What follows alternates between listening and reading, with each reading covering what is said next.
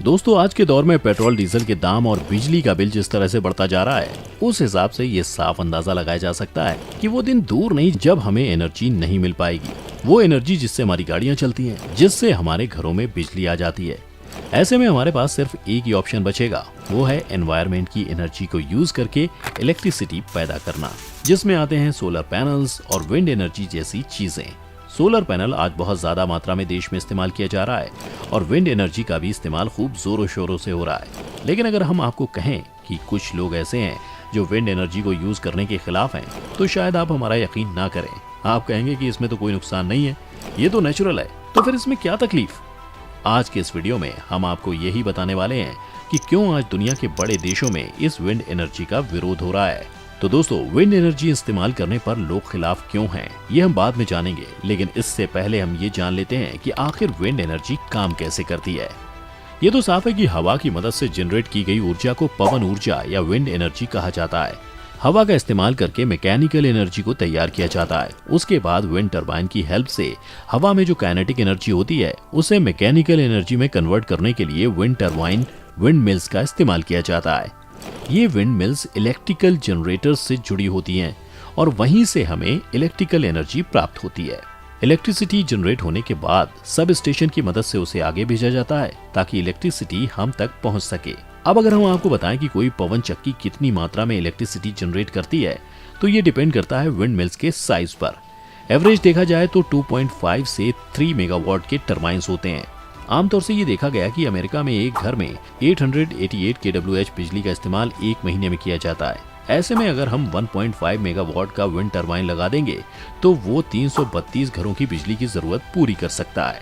अब ये बात समझने वाली है कि ग्लोबल वार्मिंग की वजह से गर्म होती दुनिया को पॉल्यूशन फैलाने वाले फॉसिल फ्यूल्स की जगह दूसरे उपायों की जरूरत है।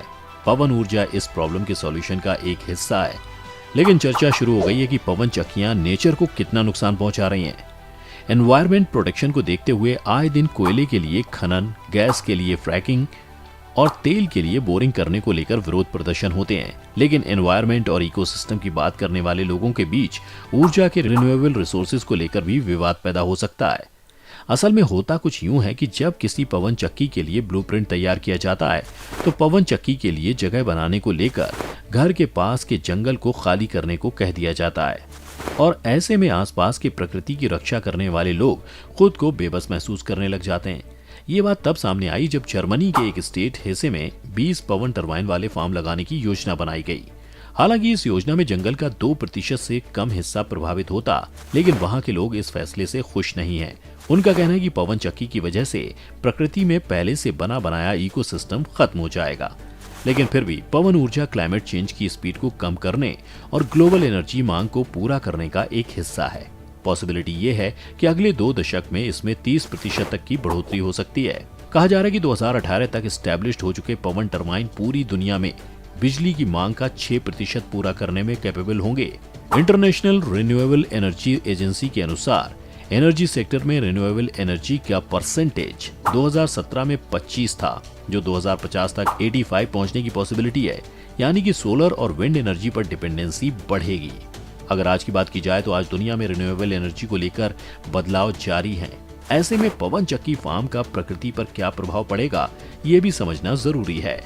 तो ऐसे में कहा जाता है कि पवन चक्की को पक्षियों और खास तौर से चमगादड़ों के लिए खराब माना जाता है। एग्जाम्पल के लिए पक्षी टरबाइन के ब्लेड से टकराकर घायल हो जाते हैं और ये उनके लिए जानलेवा साबित होता है।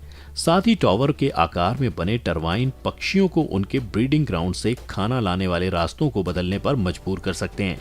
सीधे तरीके से कहें तो उन्हें लंबी दूरी तय करनी पड़ेगी, जिससे उन्हें ज्यादा एनर्जी की जरूरत होगी। एनवायरमेंट पर इसका कितना बुरा प्रभाव पड़ सकता है, उसे एक लाइव एग्जाम्पल से समझते हैं। हाल ही में दक्षिणी स्पेन के एक्सट्रेमादुरा में बायोडायवर्सिटी वाले रीजन या उनके नजदीक में पवन चक्की फार्म का कंस्ट्रक्शन किया गया, जिसकी प्लानिंग साफ दिखाती है कि उस पवन चक्की को बनाने से पहले उस जगह की किसी भी तरह से जांच नहीं की गई। स्पेन के एक conservation group SEO bird life का कहना है कि इससे स्पेन की शाही बाज जैसी प्रजाति खतरे में है और खतरे में पड़ी इन प्रजातियों के विलुप्त होने का खतरा और भी बढ़ सकता है।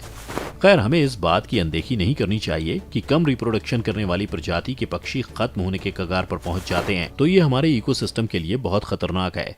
इसीलिए जैसा कि हर सिक्के के दो पहलू होते हैं, वैसे ही पवन चक्की के जितने फायदे हैं उसके साथ साथ थोड़े बहुत नुकसान भी हैं।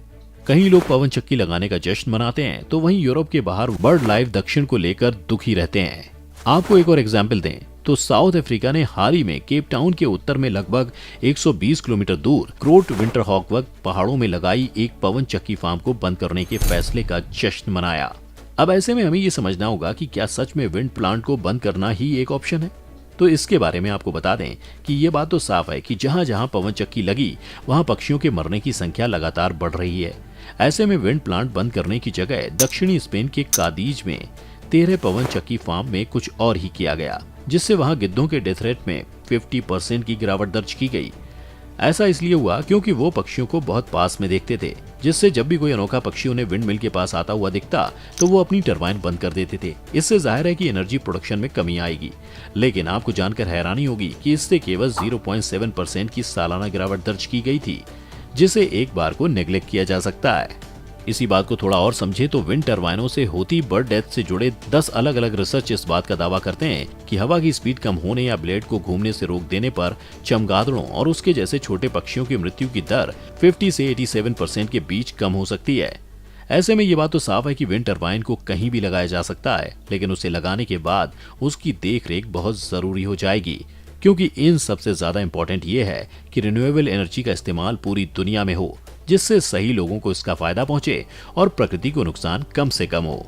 हमने ये तो बात कर ली कि पवन चक्की से कितने नुकसान हैं और कितने फायदे हैं, लेकिन यहीं पर आपको एक और बात बता दें कि पवन चक्की एक ऐसी तकनीक है जिसे हम उन जगहों पर लगा सकते हैं जहां तक तारों की मदद से बिजली नहीं पहुंच पाई है। तो दोस्तों, पवन चक्की या विंड एनर्जी के बारे में आपकी क्या राय है? आप हमें कमेंट करके जरूर बताइए। साथ ही अगर आपको हमारी आज की वीडियो पसंद आई हो तो वीडियो को लाइक और शेयर जरूर कर दें। साथ ही हमारे चैनल को सब्सक्राइब भी कर लें।